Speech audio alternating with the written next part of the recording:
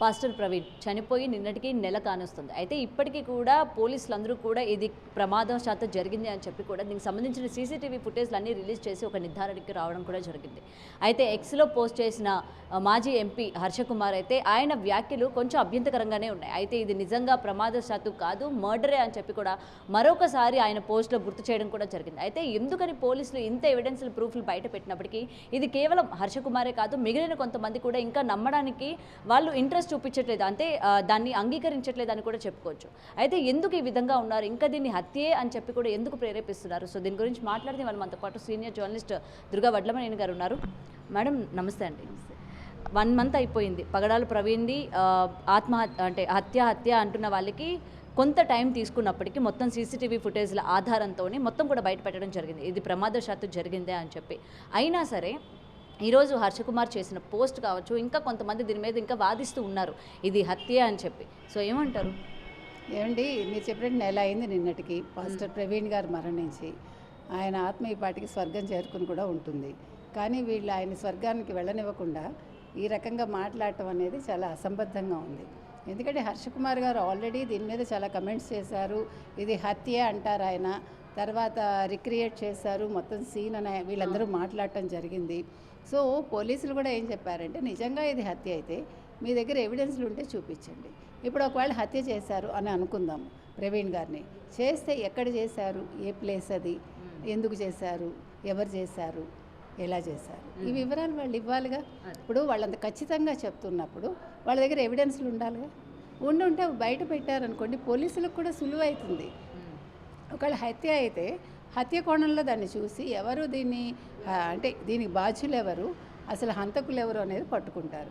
నిన్న మీరు చెప్పినట్టుగా ఆ స్పాట్ అనేది ఒక టూరిస్ట్ స్పాట్ అయిపోయింది, ప్రవీణ్ గారు చనిపోయిన ప్లేసు అని ఆయన అంటూ విశ్వాసులు ఎవరైతే ఉన్నారో ఇది హత్య అని నమ్ముతున్న వాళ్ళు ఇక్కడికి వచ్చి చూస్తున్నారు అని. మరి మీరు హత్య అనుకున్నప్పుడు మీరు టూరిస్ట్ స్పాట్ దగ్గరికి ఎందుకు వెళ్ళారు, మనకు అర్థం కాల. మీకు అర్థమైంది నా పాయింట్? మీరు హత్య అని అన్నారు కదా హర్షకుమార్ గారు, మరి హత్య జరిగినప్పుడు హత్య జరిగిన ప్లేస్ ఏదో మీకు తెలిసినప్పుడు ఆ ప్లేస్కి వెళ్ళి ఫోటో పెట్టి మీరు నివాళులు అర్పించాలి. కానీ ఎక్కడ యాక్సిడెంట్ అయిందో ఆ ప్లేస్ దగ్గరకు వచ్చి ఇది టూరిస్ట్ స్పాట్ అయిపోయింది అని అక్కడ ఫోటో పెట్టి మీరు మీ కుటుంబ సభ్యులతోటి తర్వాత ఆ విశ్వాసులు ఎవరైతే ఉన్నారో వారితోటి నిల్చుని ఫోటో దిగటం అనేది మనకు అర్థం కాలే. వాడిని ప్రశ్నిస్తున్నాం మనం. ఇప్పుడు నాకు తెలుసు ఇది హత్య అని వారు పలు సందర్భాల్లో చెప్పడం జరిగింది, పోలీసులు కూడా వాళ్ళని ప్రశ్నించడం జరిగింది. మీకు ఒకవేళ వివరాలు ఉంటే ఇవ్వండి, తప్పకుండా దాని మీద దర్యాప్తు చేస్తామని చెప్పడం కూడా జరిగింది. కాబట్టి హర్షకుమార్ గారు నేను ఆ ప్లేస్కి వెళ్ళి ఫోటో పెట్టడం మనకు అర్థం కావట్లా. ఇవాళ టూరిస్ట్ స్పాట్ చేస్తున్నది ఆయనే, అంటే ఆయన వెళ్ళి ప్రజలు మర్చిపోయిన దాన్ని ఆయన గుర్తు చేస్తున్నారు. నిజంగా ఈ అంశం మీద సందేహాలు ఎవరికి ఉండాలండి?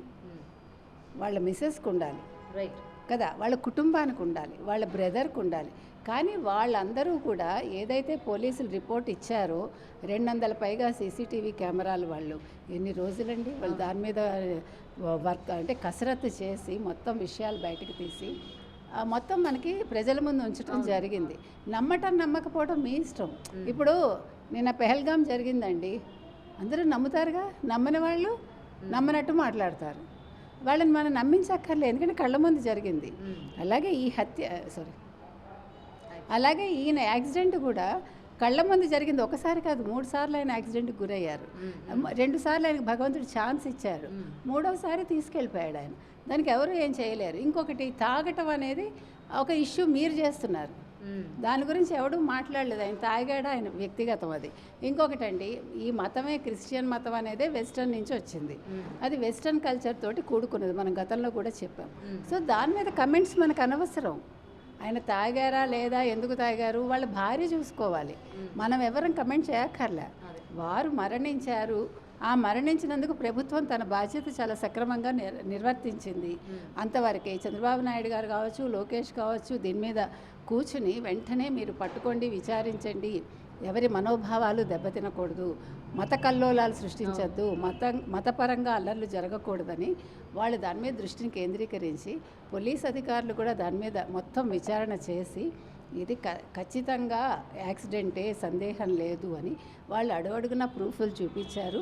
దాని మీద హర్షకుమార్ లాంటి వాళ్ళు మాట్లాడటం అనేది ఆశ్చర్యంగా ఉంది అంతే. ఎందుకంటే ఇంత టైం తీసుకోవడానికి మేబీ ఈ వీడియోలు సృష్టించడానికి టైం తీసుకున్నారు, నిజ నిజాన్ని దాపెట్టడానికి టైం తీసుకున్నారు అన్న వాదనలు కూడా వినిపించాయి ఈరోజు.